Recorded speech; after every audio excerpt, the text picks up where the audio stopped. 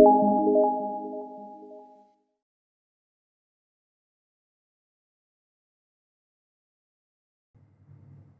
viewers, welcome to our channel. Today we will talk about hyperkalemia. I'm Dr. Mohammad Rafiqul Islam, registered medicine, Imam Abdul Rahim Medical College Hospital, Dinajpur. What is hyperkalemia? Hyperkalemia is defined as plasma concentration of potassium level of 5.5 millimole or more. What are the clinical presentation? The progressive muscular weakness, cardiac arrhythmia, sinus bradycardia, sinus arrest, slow idioventricular rhythm, ventricular tachycardia, ventricular fibrillation, and SSQ. And the ECG change occurs here gradually, is related to the increment of the potassium shown here. When it is mild, 5.5 to 6.5 milliequivalent per liter, then the ECG change is peaked T-wave and prolonged pair interval. When it is moderate, that is 6.5 to 8 milliequivalent per liter, then there is loss of P-wave, prolonged QRS complex, and ST segment elevation may occur, ectopic beats and escape rhythm may occur. When more than 8 milliequivalent per liter, then progressive widening of the QRS complex and ventricular fibrillation assist to axis deviations, band or branch blocks, fascicular blocks may occur. Now come to the causes of hyperkalemia. First of all, we have to explore the spurious hyperkalemia. Spurious hyperkalemia may occur due to in vitro hemolysis and in case of very high white blood cell or platelet count. Redistribution is another cause of hyperkalemia, such as due to acidosis, insulin deficiency, beta blockers, hyperkalemic periodic paralysis, severe hyperglycemia. Increased intake or potassium load, such as due to exogenous, such as diet, IV therapy, such as potassium containing IV therapy, diet such as fruits including banana and vegetables such as tomato, endogenous such as hemolysis, rhabdomyolysis, that is breakdown of the muscle, and renal retention of potassium. When plasma creatinine is more than 500 micromole per liter, then it is due to renal failure. It may be due to acute renal failure or chronic renal failure. And in case of acute renal failure, it is associated with acidosis, hemolysis, and rhabdomyolysis. And chronic renal failure, especially with oliguria and potassium load. Tubular secretory failure with low aldosterone, adrenocortical failure, Addison's disease, adrenal enzyme defects, hyperuremic hypoaldosteronism, drugs such as non-steroidal anti-inflammatory drug, ACE inhibitors, beta blockers, cyclosporine, prolonged heparin therapy.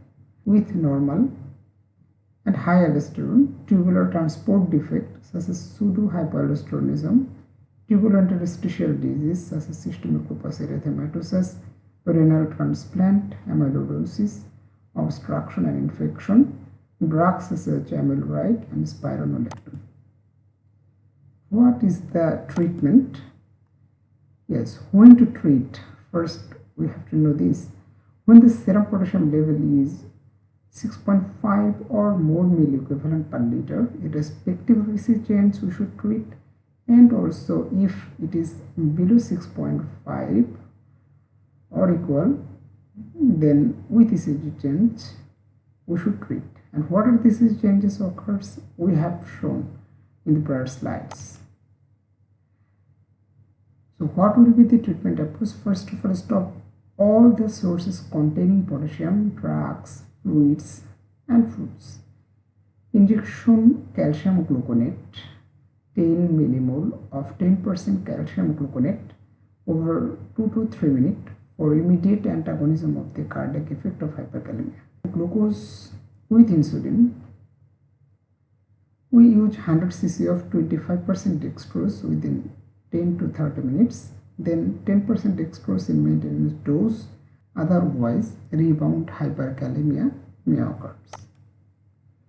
Nebulization with salbutamol or albuterol over 30 minutes, correction of acidosis if acidosis is present, if bicarbonate level less than 12 milliequivalent per liter or pH less than 7.1, then 8.4% of sodium bicarbonate 50 ml over 30 minutes can be given.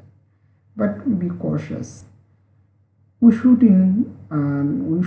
give potassium binder, sodium polystyrene sulfonate. If all measures fail, ultimately you have to go for dialysis. So what the immediate action should be done? Immediate action should be done to give calcium, to give bicarbonate, to give insulin and albuterol. But these immediate actions here don't remove potassium from the body. But why? But why we give this? We give calcium because it antagonizes cardiac conduction abnormality, and its onset of action is 0 to 5 minutes, duration of action 1 hour. And we should prescribe as calcium gluconate 10%, 5 to 30 ml intravenously, or calcium chloride 5%, 5 to 30 ml intravenously. And we have to be cautious about sodium bicarb, because sodium bicarbonate may not be effective in end-stage renal disease patient. Dialysis is effective. Some patients may not tolerate the additional sodium load of bicarbonate therapy, and also in hypocalcemic patient it may cause tetany.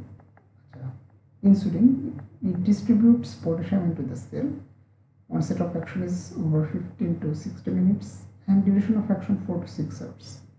We should use regular insulin 5 to 10 units intravenously plus 50% glucose. If not available, then 25% dextrose 100 ml. Albuterol or salbutamol, which also distributes potassium into the cell, and onset of action over 15 to 30 minutes, duration of action 2 to 4 hours, and nebulization should be done 10 to 20 milligram in 4 ml normal saline, inhaled over 10 minutes. Urgent treatment should be done with loop diuretics, furosemide 40 to 60 milligram intravenously, and diuretic may not be effective in patients with acute or chronic kidney disease. And potassium removal is variable. Sodium polystyrene sulfonate, this agent is ion exchange resin, binds with potassium and remove potassium 0.5 to 1 milliequivalent per gram of resin, and the dose is oral 15 to 60 gram in 20% sorbitol, 60 to 240 ml.